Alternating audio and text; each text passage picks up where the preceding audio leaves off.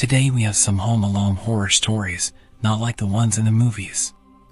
Before we begin, if you think you might fall asleep, please introduce yourself in the comments, and while you're there, please like the video and subscribe if you haven't already. I'm always interested in knowing what country everyone is from, so let us know in the comments and share what time it is where you are. Thank you once more for joining me. Get cozy, turn the lights off, grab a glass of water, and make sure you've locked your door. Don't forget to say hello in the comments. It's time to close your eyes.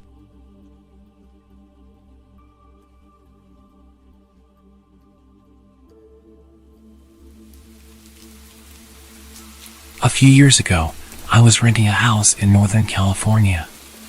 The neighborhood was just outside the suburbs. It seemed like the perfect balance of having space and having nice neighbors close enough not to feel isolated.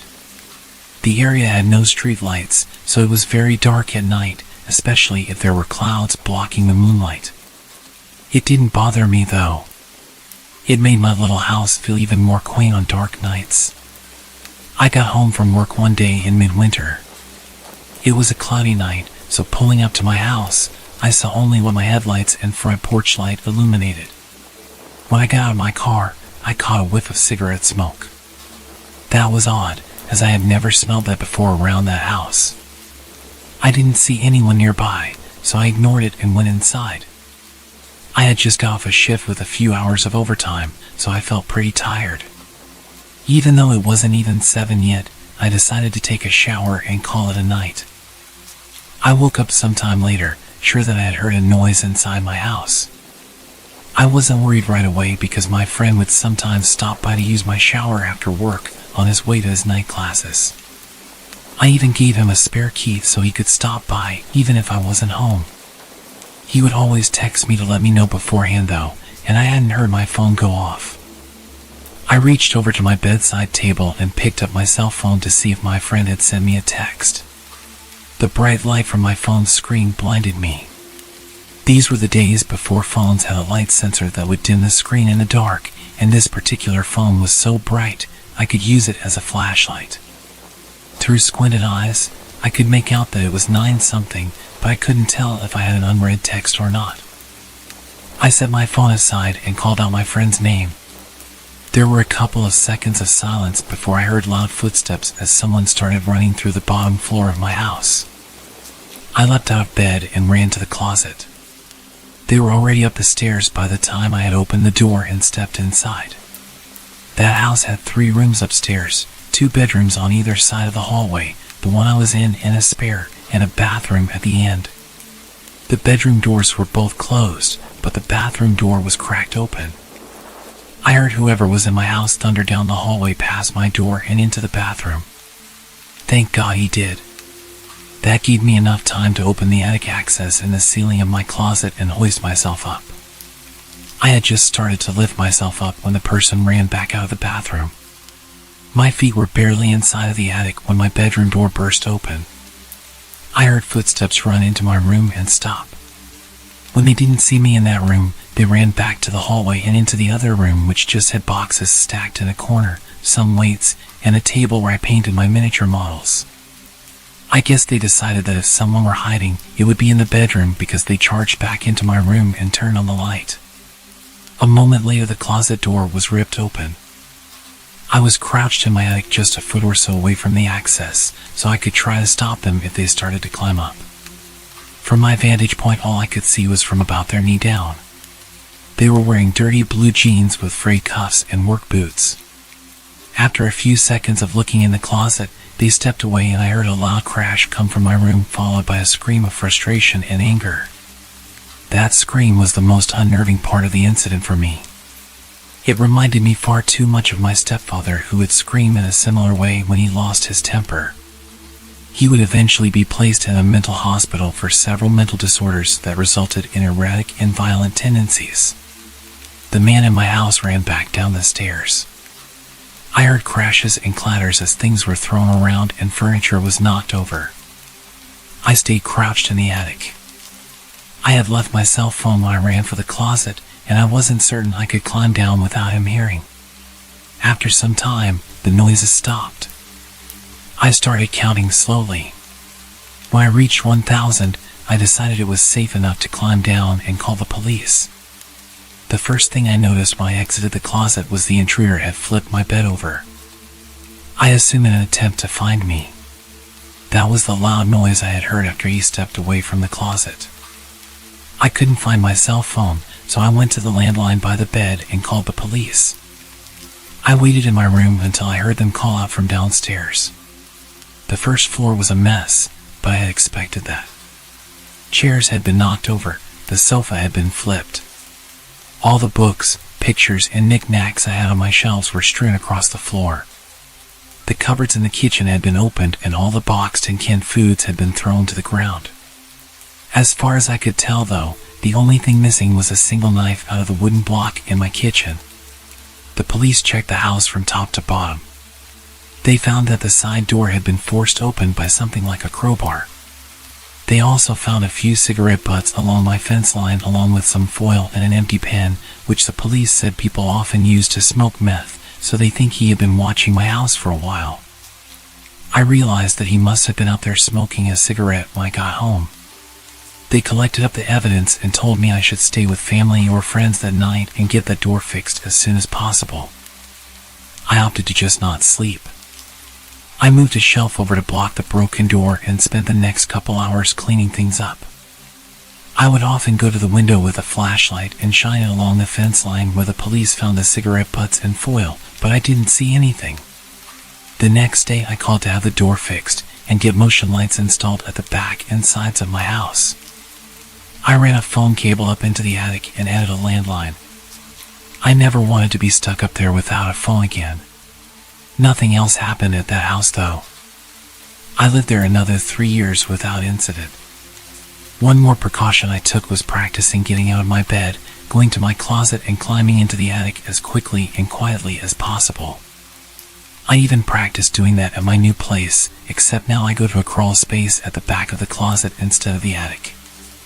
I try not to think about what would have happened if I had been a bit slower getting to the attic, or if he hadn't gone into the bathroom at the end of the hall first.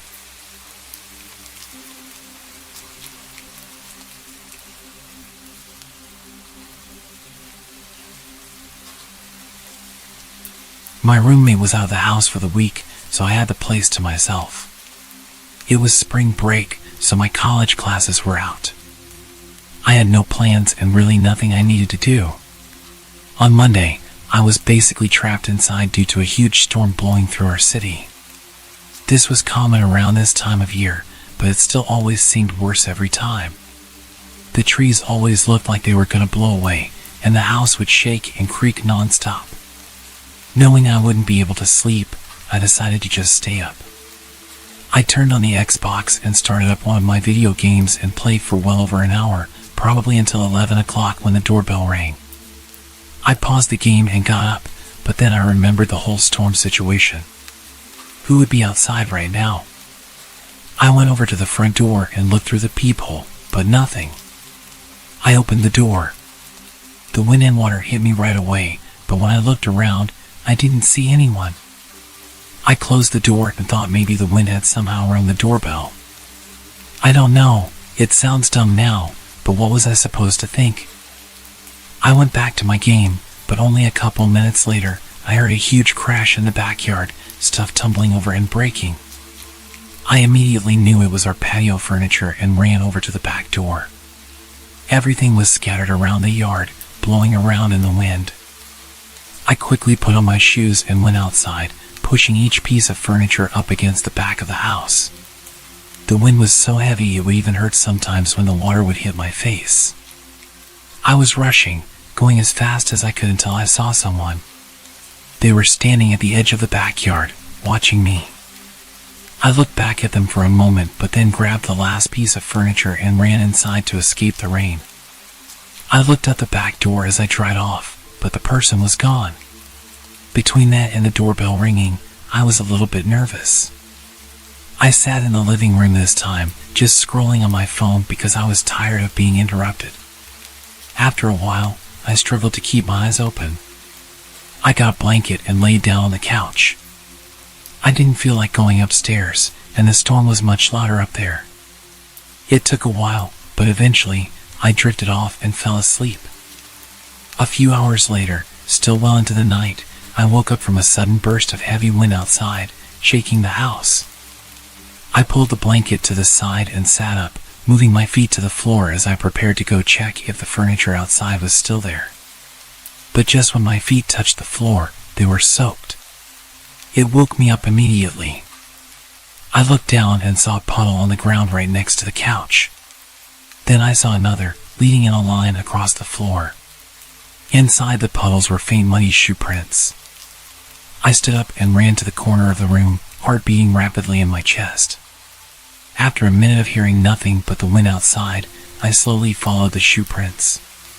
They led all throughout the house, upstairs and down, but I could clearly tell that they entered through the back door, which I had stupidly forgotten to lock in the rush of getting out of the rain.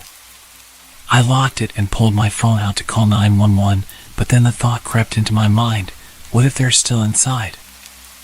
I stayed quiet and moved into the corner of the house where I felt the most hidden. I waited in silence for them to arrive. When they did, they took a look around, seeing everything I saw, but nothing more. They told me it seems like a personal attack because nothing was missing, and they were clearly focused on my house in particular.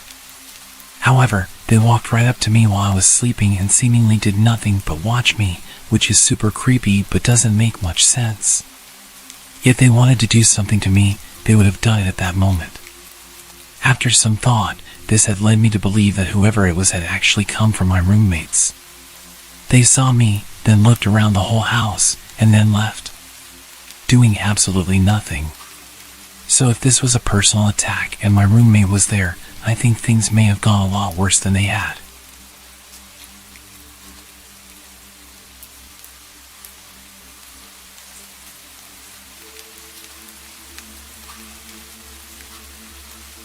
I lived with my older brother for about 4 years after I finished school. We shared rent on an apartment together since neither of us could afford anything on our own. But during the 4th year, my brother started making better money, and he planned to move out once the lease came to an end. I wasn't making a lot, so I knew I couldn't afford to pay for the apartment alone. I looked around online for a roommate for a few months, but decided to move out as well and find a cheaper place. I searched until the last month of our lease at the apartment. My brother had basically moved everything out already, and there was a lot of pressure on me to find somewhere quick. But with my extremely low budget, it was hard. Eventually, I stumbled across a listing posted by a homeowner renting out a room in their house. The man's name was Evan. I sent him a text to let him know I was interested, then kept searching. He responded within a few minutes. We scheduled a time to call later in the day, and when we did, he explained all the details.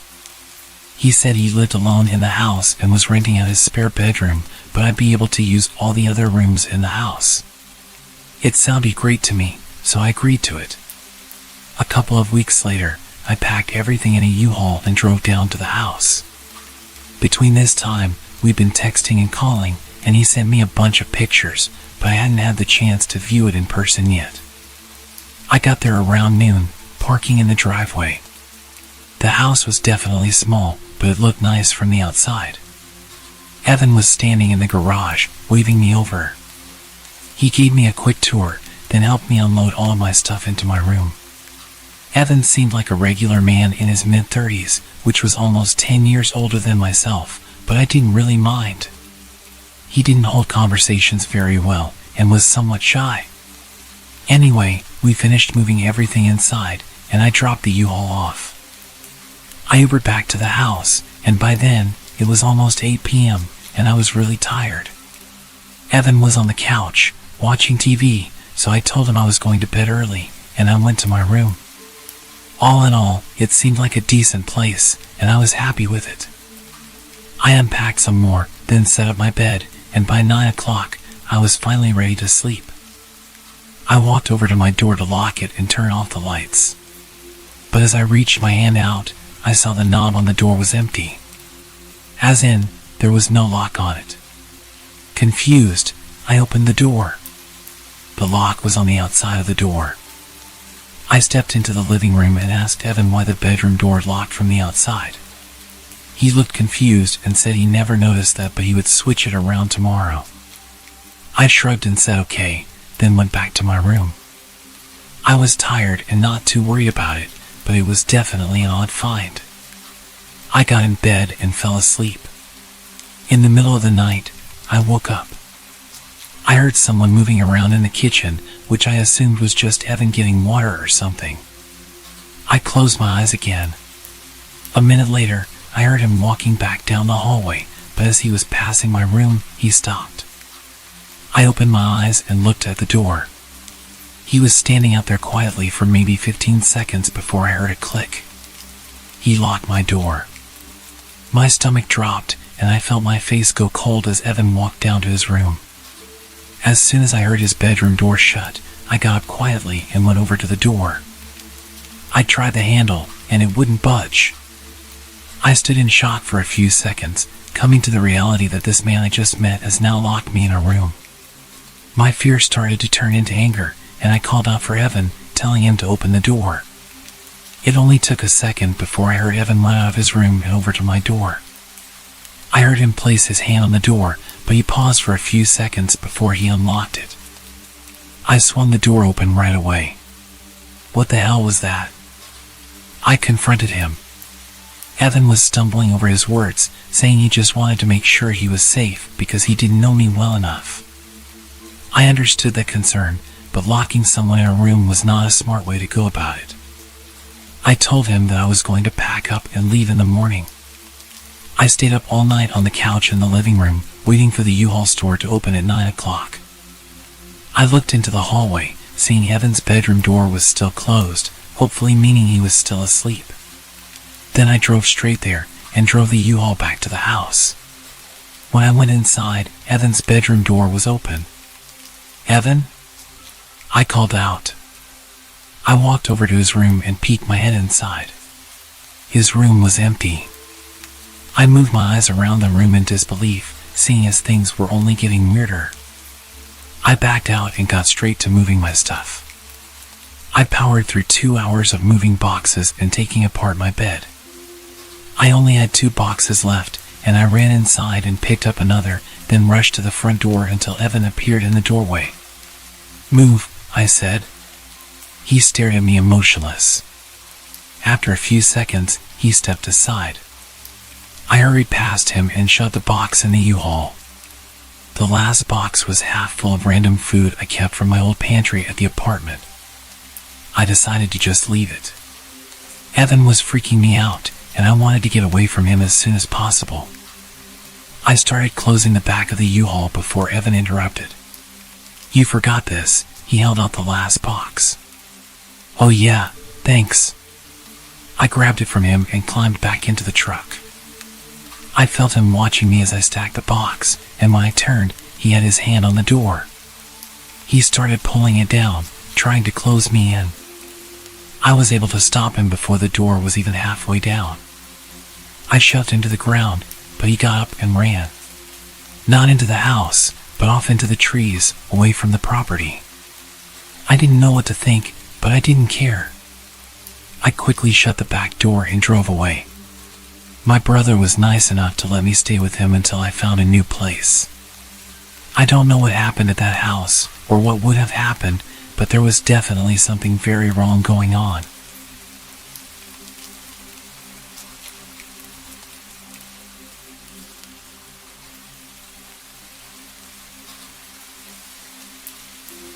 This all happened roughly around 4 years ago, but the experience has haunted me almost every single day since it happened. I'll start off by saying that at the time I was pretty young. I was single and very keen to have my first experience with someone. I spent a while looking through dating apps, talking to a few people, until I finally came across a guy who seemed interesting. We had a lot of things in common, so I thought it would be a good idea to meet up with him since we had been talking for almost a month. Now, even though I was only young, I wasn't naive or stupid. I was, and still am, a very cautious and paranoid person. But for some reason, I made what possibly could have been one of the worst decisions of my life. I invited him to come spend the night at my place. My parents were away for the weekend and I had the place to myself, so it seemed like the perfect opportunity for him to come over. He lived around 3 hours away from my place, yet he was eager and almost desperate to visit. So he set off as soon as he finished work, which was around 11 a.m. The whole time he was driving to my place, I had the sickening sense of impending doom. Almost as if something was going to go very, very wrong. I almost texted him multiple times to tell him that I wasn't interested anymore, but I hesitated as he was only 10 minutes away by this point. I jumped up as I heard his car pull up, and I expected to be greeted by a smile once I opened the door.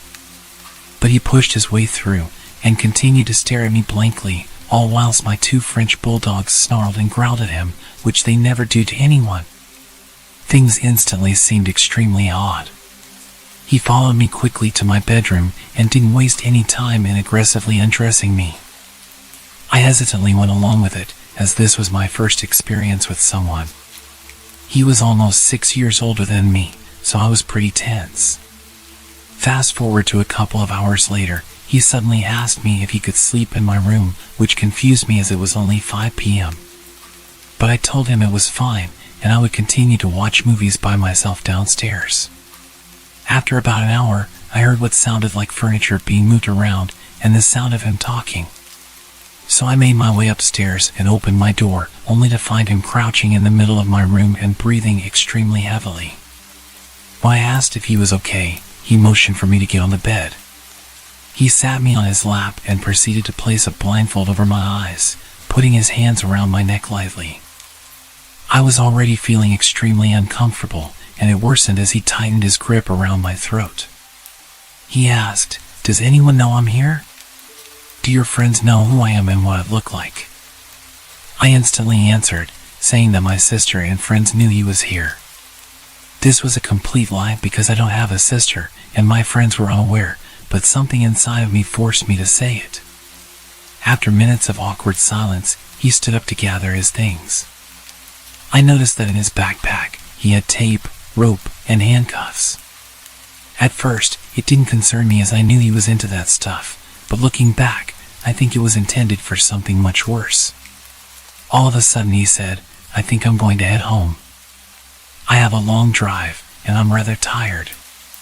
I didn't hesitate to let him out of my door because I was already extremely uncomfortable. As he left, he failed to even look at me or say goodbye. He raced off down the street as soon as he got into his car. I ran back to my room to see if he had left anything, because he'd left in a hurry. I found a note on my desk with the words, "Being nice is what saved you." At the time, I had no idea what the note meant. Now that I think about it, I seriously think that he had very ill intentions toward me. I'm still angry at myself for letting a stranger into my home, which was obviously a big mistake. I immediately blocked him on all of my social media. I am just so lucky that I made it out alive. All I know is that he is now somewhere back in America. I don't really know why he was living in the UK at the time that I met him, but all I can say now is that I am glad that he is many miles away from me.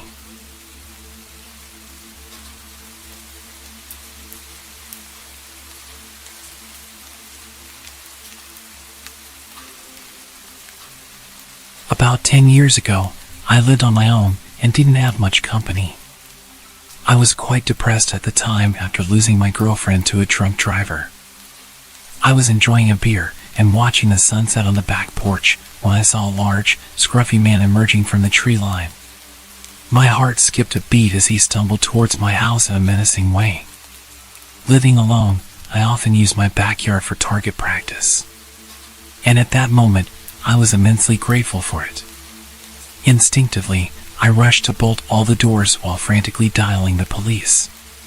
What I didn't know was that this intruder had broken in the day before through a basement window and had spent the night squatting there.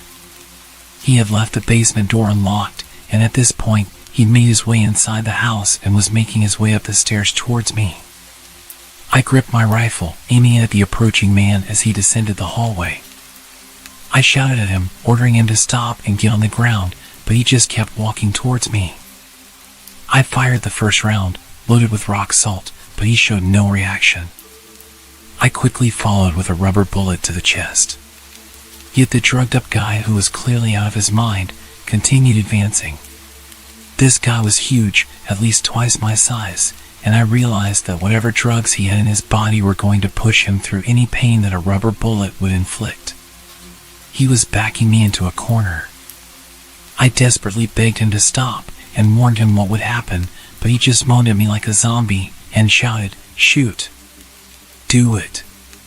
Then he lunged towards me. I took my third shot. I can't recall whether it was buckshot or a slug, but it left a gaping hole in his chest. It barely even slowed him down. He kept coming, and in a frenzied struggle, he wrestled me to the ground. He was moaning and coughing up blood. Suddenly, he grabbed my face with both of his massive hands and started squeezing my head. It was utterly terrifying. I could feel him trying to burst my skull open like a balloon. I don't know how long it actually lasted, but it felt like forever.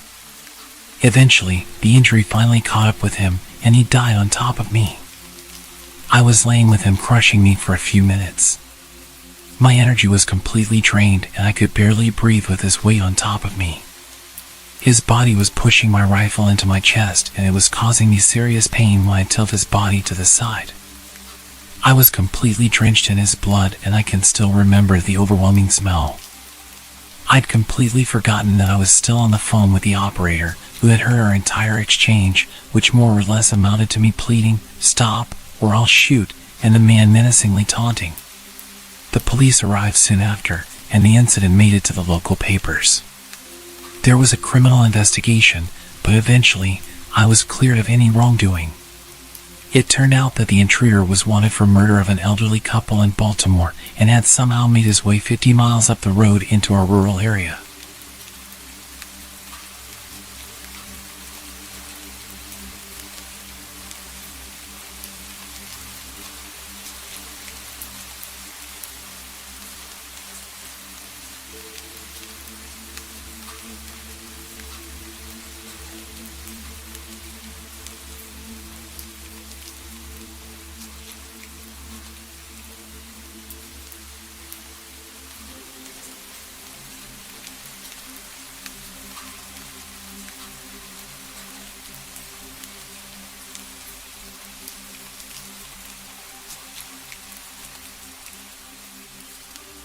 This all happened just recently, in summer this year. I'd been living with my parents until I had a good enough job to move out. About 9 months ago, I was finally ready to leave the nest. The place I found wasn't the nicest neighborhood, but it wasn't too bad. Some of my neighbors actually came over to welcome me and gave me some food. There was one neighbor though, the guy who lived to the right of me, who wasn't exactly welcoming, but immediately comfortable with me like we'd known each other for a long time. He'd see me leaving for work in the morning and run out of his house to tell me random stories, like how the last neighbor used to always turn the bathroom light on at 3 a.m. and leave it on all night. Or that they would sunbathe in the garden for 5 hours sometimes. It was all very random, boring facts, and I'd barely get a chance to react to his stories before he was asking me intrusive questions. Like, "Why did you leave for 83 minutes last night?" It's worth noting that his voice was a bit odd. He spoke with a very particular inflection every time he'd say something. Like an enthusiastic nerd, if that makes sense. Sometimes it made his statements sound like accusations, and sometimes it made them sound like questions, but my response to his comments were never really met with conversation. I would kind of laugh it off and just give him a short answer, like, "I had to grab some groceries for tomorrow." But he'd be really quick to interrupt and remind me that the last neighbor never took 83 minutes to grab groceries. And he'd say it with an almost accusatory tone. Like what I was saying was ridiculous. I assumed he was just a bit odd and didn't call him out on his intrusive questions too much. This continued for weeks. He either ran out to come and question me about my day-to-day activity, or he'd come knocking at random hours to tell me facts about my life. He would tell me that he noticed that I left at 8:33 this morning instead of the usual 8:26. I had different ways of reacting to this, sometimes thanking him for letting me know, sometimes being rather dismissive, but always friendly. He was never interested in any other kind of conversation. He'd tell me his observations and then leave. The months went by, and his behavior continued. Almost every day he'd stop me in the morning or come knocking to tell me something about his observations. He seemed harmless, so I just let him do his thing. One evening while I was going for drinks across the road, I asked my neighbor if she ever had any issues with him. She paused almost immediately and looked at me with a serious expression. What happened? She seemed really worried when she asked me. I explained to her that he would approach me constantly to tell me that he'd seen me turning on specific lights in the house at night, or that he'd point out changes in my usual routine. Nothing terrifying, but still creepy. At this point, she turned the music off and put her glass down. You need to be careful around him. She seemed disturbed, like I triggered a repressed memory. The people who lived in that house before you were so sweet. I can't prove it, but I know that they're gone because of him. Gone? What did she mean gone? I pushed her to tell me more, but she apologized and turned the music back on and changed the subject, ending the conversation. She did stop at one point to just make sure I locked my doors and not to invite him in at any point. That night, as I made my way back home, I watched his house closely as I crossed the road. It was noticeably dark. I never really paid it much attention, but I don't think I ever saw his lights on after dark. Whereas every other house on the street had at least a few lights in different rooms. I got to my door and paused. I looked towards his house one more time. I saw exactly what I was hoping not to. A glimpse of light. He was peeking at me. How long had he been watching the neighbor's house to know that I was over there? Was this all he did? Watch me? I went inside and remembered what my neighbors said. How often did I not even think about locking the door? Honestly, I think most nights I wouldn't even check. I clicked the lock and made my way to the back door. I took the key from the side and made sure it was locked. I put the key back in its usual place and made my way upstairs. As I dressed down into my underwear and made my way under my covers, I reached over it and turned off the lamp. It had been a long night, so I started to drift off quite fast.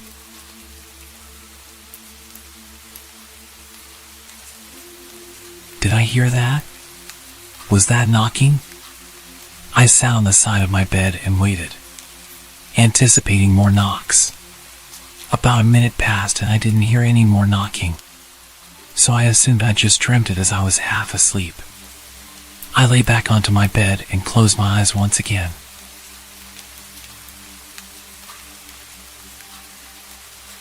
No, I definitely heard something. I was in a weird state of being half asleep and a little bit tipsy, so I threw the light on and made my way to the window. I couldn't see anything or anyone outside. The sound of me opening my window was loud enough for any visitor to hear. I called out into the darkness, asking if anyone was there. At this point, any normal person would step into view and show themselves, but nobody reacted. Nothing. I know that someone was knocking. I threw on my dressing gown and made my way downstairs. I went straight to the front door. It had shaded glass that let me see partially through it. There was clearly a figure standing in front of the door. I was freaking out, but I was also angry. I didn't even consider the danger. I started fumbling with the lock and threw the door open. You left your house for 157 minutes. What the hell? I snapped. This was the latest he ever visited. Everything about his behavior had really annoyed me. The fact that I called out of the window and he didn't respond, and instead stood with his nose practically touching my front door. Why did you feel the need to tell me that? At this late in the night. I was falling asleep. You've been out very late. I know that. I'm an adult. I'm allowed to go out late.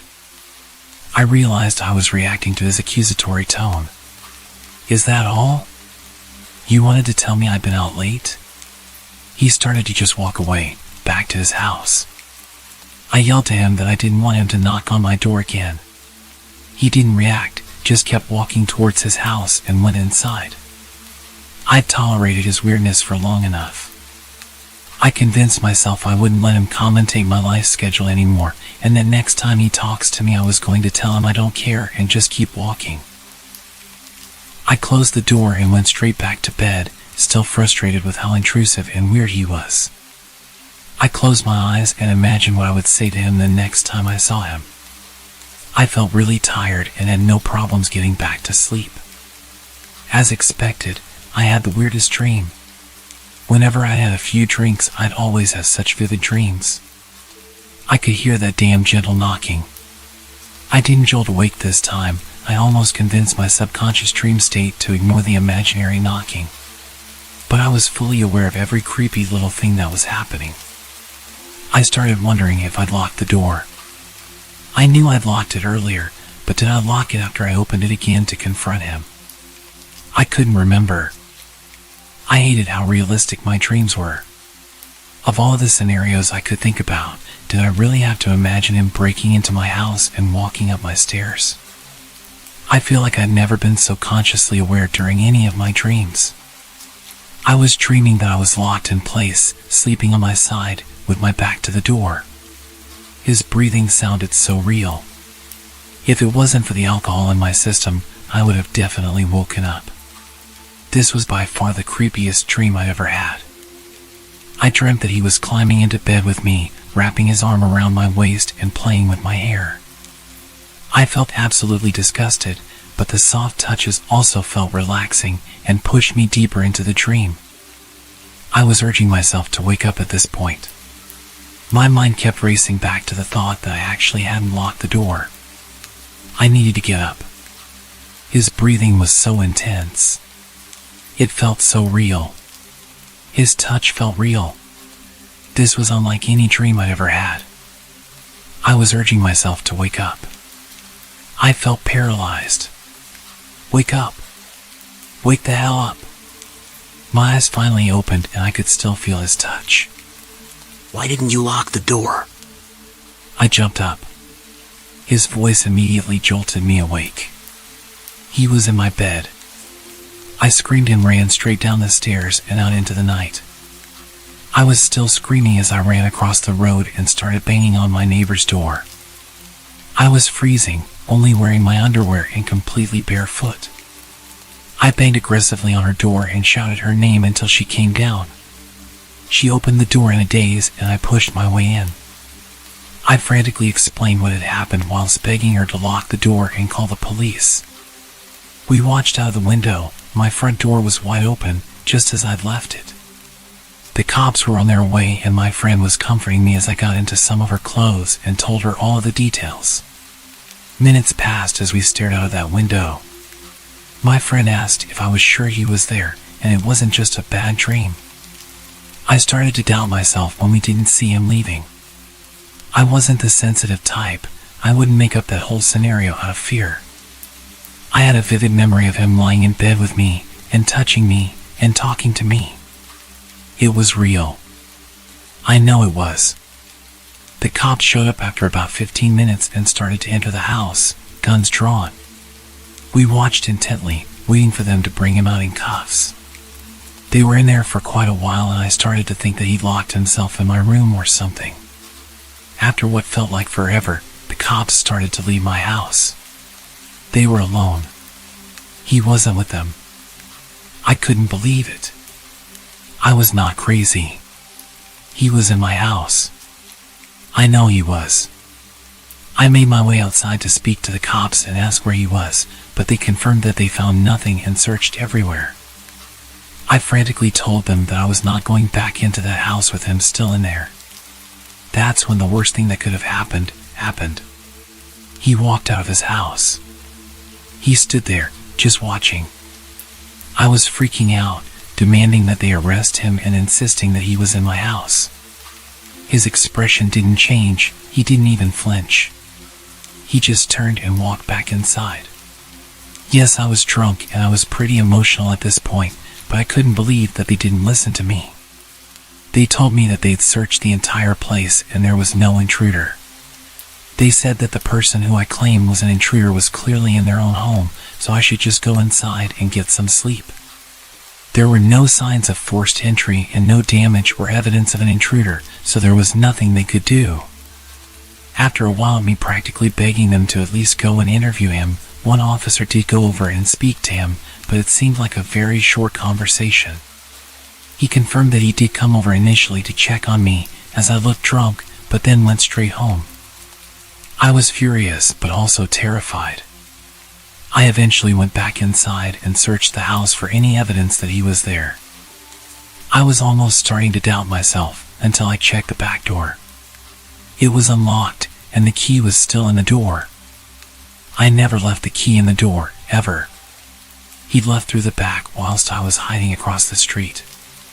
He'd been in my house and there was nothing I could do about it. I made my way upstairs after properly locking every door. The sick freak had made my bed. It was perfectly tidy and the covers and pillows were placed perfectly. He didn't even rush out after I woke up. He just tidied my bed and then left through the back door. I climbed in and tried to fall asleep, but there was an overwhelming musky smell. His unwashed body had tainted my covers and his odor lingered all over my room. It took me hours to replace all of my bedding and finally get to sleep. The next morning I couldn't shake the feeling of being violated, but I also doubted the whole night. The police had been inside my house, a bunch of men in heavy uniform. That could explain the smell. The key being in the back door, maybe they were checking to see if it was the right key for that lock, confirming that nobody had stolen it. Even the tiny pillows had an explanation. I told them he was in my bed.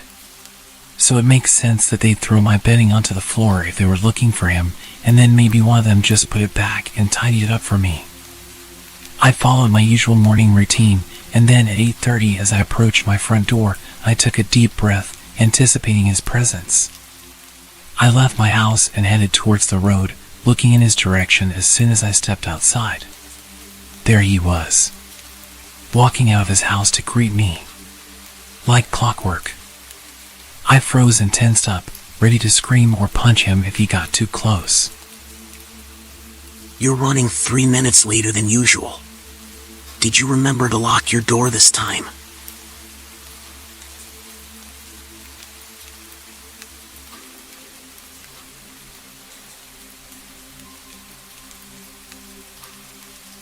When I was 12, we had this neighbor. She was an elderly woman, but she was surprisingly active. We'd always see her around, carrying weeks' worth of groceries up the hill like it was no big deal. She was outside doing her gardening almost every day. She was a tough old lady. The unfortunate thing was that she was the opposite of friendly. If you said hello to her, she'd tell you to run into the road. She hated people and was a very bad neighbor. She would complain about every little thing and show up late at night to tell you that you're too loud and threaten to call the cops. Our family got into quite a few arguments with her. Whenever she would come over to complain, she would aggressively insult all of us.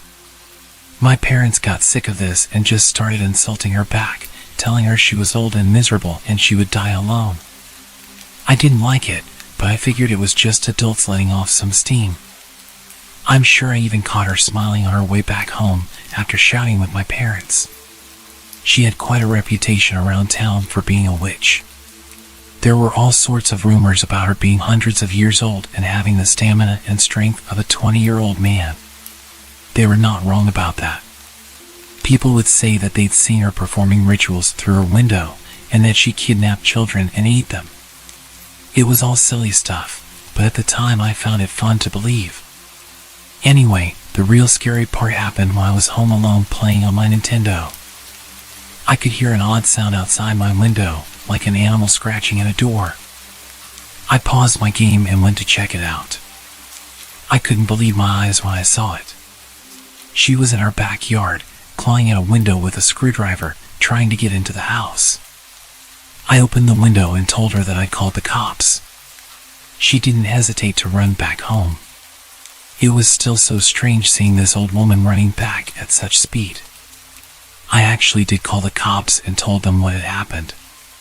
They told me they were on the way over and that I should go upstairs and lock myself in the bathroom. Within a few minutes I could smell something that made me panic. It was smoke. I immediately assumed she'd set the house on fire. I ran to open the bathroom window, and that's when I realized what had happened. The smoke wasn't coming from my house. It was coming from next door. For whatever reason, her house had set on fire and she was still inside. Before the fire department could arrive, the whole place had gone up in flames. They announced that she died in that fire, and we even went to her funeral. There weren't many people there. The last scary thing about all of this was that it only fueled the stories about her being a witch, and that after I caught her trying to kidnap me, she had to burn it all down and move elsewhere to conceal her identity. I don't know what to believe, but I do enjoy telling this story every Halloween.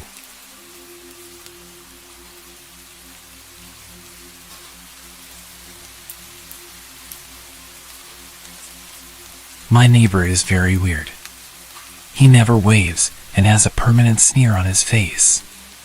When we moved in, we were told that he was on a certain bad list and that we should call the cops if we see him with kids. One day, he randomly knocked on our door. I'd never spoken to him before, and without even introducing himself properly, he proceeds to launch into his explanation of the reason that he's on the registry.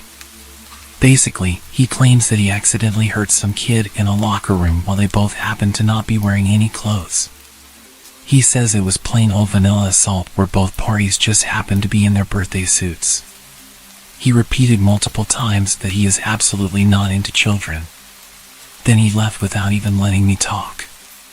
That was literally my first introduction to him, other than the notification about him when we first arrived. And that wasn't even the creepiest thing about him. At some point, he started building a sign in front of his house. Not like a little poster. It's professionally printed on metal and mounted on two huge posts, like the ones you see outside a store or along the highway. The sign is a picture of a puppy and a long rambling story about how someone ran over his dog on this road 10 years ago. But it's written in a way where he seems to accuse the neighborhood of murdering his dog. Next to this sign, covering his entire fence, is an enormous banner saying, "We miss you." I don't know why it says that, since he lives alone. And finally, an even larger picture of the puppy, which isn't necessary, because directly in front of the banner, sitting on a folding card table, is the actual puppy. He must have had the dog stuffed when it was ran over. I could see from my window that he would hide behind his fence for literally hours, peeking at the puppy on the table, as if he were waiting for someone to mess with it. He did this for days, until finally bringing the stuffed animal inside. The puppy and the banner disappeared, but the metal sign was permanent. It stayed up for years, until a storm ripped it down. I always wondered what he does with the dog. Did it stay in a closet, or does he keep it out in his house? Well, one day I got my answer. I have a friend who does construction, and funnily enough, he was hired by the creepy neighbor to build a shed. Without even asking, he tells me that the guy keeps an ugly stuffed puppy in the living room like a piece of furniture, and then he talks to it constantly.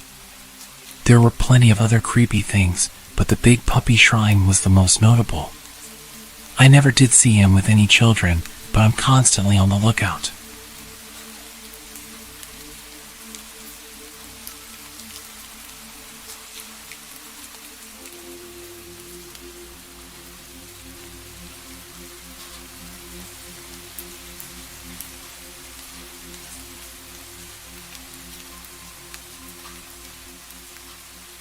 I was just 14 years old, and it seemed like an ordinary night. It was roughly around 9 p.m. I was at my younger cousin's house, and I was babysitting for the night. Both of our parents had gone out for drinks and weren't going to be back until late. We were just lounging around, sitting in the living room, watching random shows on television. So we're sitting there, and I was feeling really unsettled. Something was wrong, but I couldn't put my finger on it. I tried to ignore it and kept watching TV with my cousin, who was happily enjoying my company. The feeling wasn't going away, so I got up and walked to the back door to lock it. When I came back through the kitchen, I realized what was causing my weird feeling. In the window, there was a very decrepit and homeless-looking man, just staring into the window, looking at my young cousin. Protective mode turned on. I pretended like I didn't see the guy, and I told my little cousin that we needed to go upstairs because our parents would be home soon and they wouldn't want him to be staying up late. I went upstairs and put him to bed, knowing damn well that there was a man outside that wanted to get in. At the time, I was about 125 pounds and 5'8", and I played football for my school. If I remember correctly, I went downstairs and straight into the kitchen and grabbed one of those meat tenderizing hammers. I turned back to the window where I saw him before. He wasn't there. So I ran back to the front door and checked that it was locked. Both the deadbolt and the knob were locked. I ran back upstairs with my meat tenderizer and went into my cousin's room and sat down in front of the door. He asked me what I was doing, and I said that he didn't need to worry about it and that he should keep his head low. I called the cops and then my dad and uncle. Cops said they would take half an hour, and my dad and uncle were 45 minutes away. All of a sudden I hear a window shatter and the sound of heavy boots walking around on the tiles. I told my cousin to stay calm and hide under the covers. I whispered to him that he needed to stay silent. I could hear the guy walking around downstairs. It was horrifying. I gripped that damn meat tenderizer and waited. About 5 minutes pass, and then I hear the boots walking upstairs. At this point, I was having a freaking heart attack. My cousin's door is no more than 10 feet from the stairs.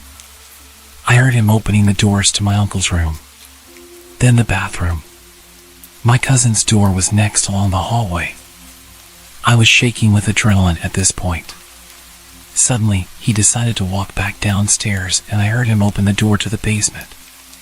15 minutes later, the police showed up and burst into the house. They came up to our room, and I told them that I heard him go into the basement. They rushed down there and caught the guy without much fuss. It turned out the guy was loose from a mental hospital from the city about 20 miles away. He had the mental age of a child and had broken into a few other houses in the area. I had nightmares for months afterwards.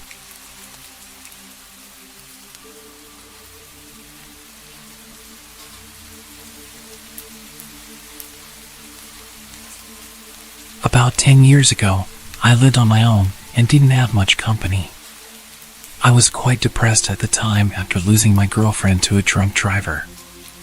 I was enjoying a beer and watching the sunset on the back porch when I saw a large, scruffy man emerging from the tree line. My heart skipped a beat as he stumbled towards my house in a menacing way. Living alone, I often used my backyard for target practice. And at that moment, I was immensely grateful for it. Instinctively, I rushed to bolt all the doors while frantically dialing the police. What I didn't know was that this intruder had broken in the day before through a basement window and had spent the night squatting there. He had left the basement door unlocked, and at this point, he'd made his way inside the house and was making his way up the stairs towards me. I gripped my rifle, aiming at the approaching man as he descended the hallway. I shouted at him, ordering him to stop and get on the ground, but he just kept walking towards me. I fired the first round, loaded with rock salt, but he showed no reaction, undeterred. I quickly followed with a rubber bullet to the chest. Yet the drugged-up guy, who was clearly out of his mind, continued advancing. This guy was huge, at least twice my size, and I realized that whatever drugs he had in his body were going to push him through any pain that a rubber bullet would inflict. He was backing me into a corner. I desperately begged him to stop and warned him what would happen, but he just moaned at me like a zombie and lunged towards me. I took my third shot. I can't recall whether it was buckshot or a slug, but it left a gaping hole in his chest. It barely even slowed him down. He kept coming, and in a frenzied struggle, he wrestled me to the ground. He was moaning and coughing up blood. Suddenly, he grabbed my face with both of his massive hands and started squeezing my head. It was utterly terrifying.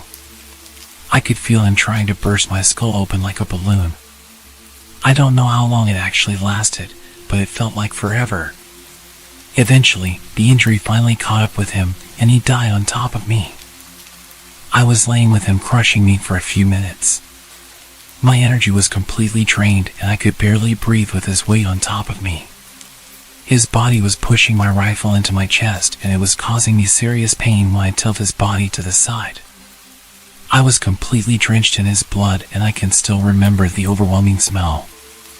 I'd completely forgotten that I was still on the phone with the operator, who had heard our entire exchange, which more or less amounted to me pleading, "Stop, or I'll shoot," and the man menacingly taunting. The police arrived soon after, and the incident made it to the local papers.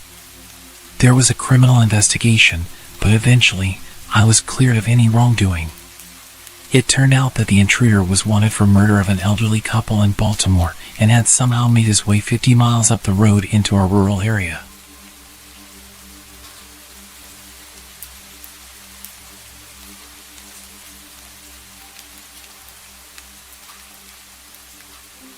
I was 18 and chilling in my friend's apartment alone.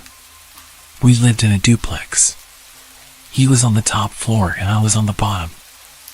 Ironically, I was watching a horror movie when I hear something huge come through the front door and into the kitchen. I got up to see who was there.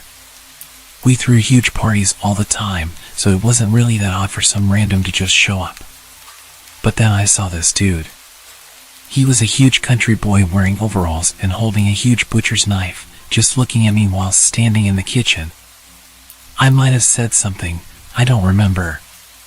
But I promptly rushed out of a side door, ran into my apartment and locked all the doors.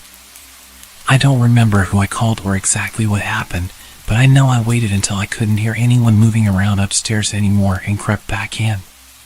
Big guy was passed out on the couch.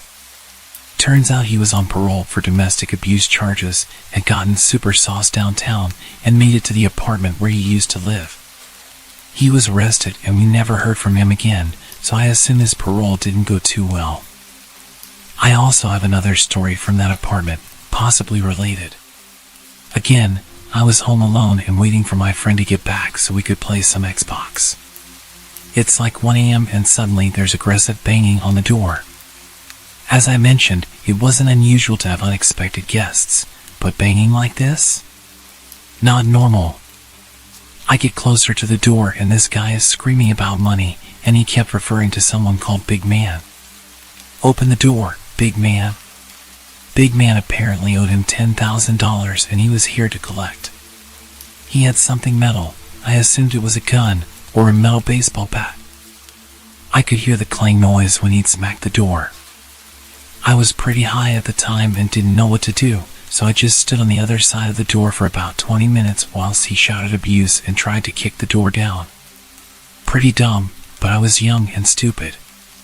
He did eventually leave and I don't know if he came back one night during a party or what, but I never heard about him again. One final thing that happened in that apartment. It was the day after a party. My flatmate was once again out and it was just me at home. There was a knock at the door and I looked through and could see a delivery guy. I opened the door and he says he's got a delivery for me, already paid for. He's just carrying a delivery bag that seems suspiciously light. He asks where's Jason and I ask who that is. He tells me Jason ordered it and says he can only deliver to Jason because he paid for it. I didn't know anyone with that name and the guy didn't look like your typical delivery guy. I told him he must have the wrong address and this guy shoves his hand in the door and pushes it open whilst I'm trying to close it. We have this intense standoff where I'm trying to tell him that Jason doesn't live here and he insists that I let him in to check. He gives me this serious stare and tells me it's just Jason he needs to see. He decided to drop the delivery man act and it was clear that he and Jason had business. I was about to let him in to prove that Jason didn't live here when my flatmate came home and celebrated the fact that I'd ordered pizza. The guy dropped his bag and left. It took me a while to put all of the strange encounters together. The guy on parole who'd broken in originally was probably the guy that owed people money and had people showing up to get him to pay. We both moved out a few weeks later. That place was too much trouble.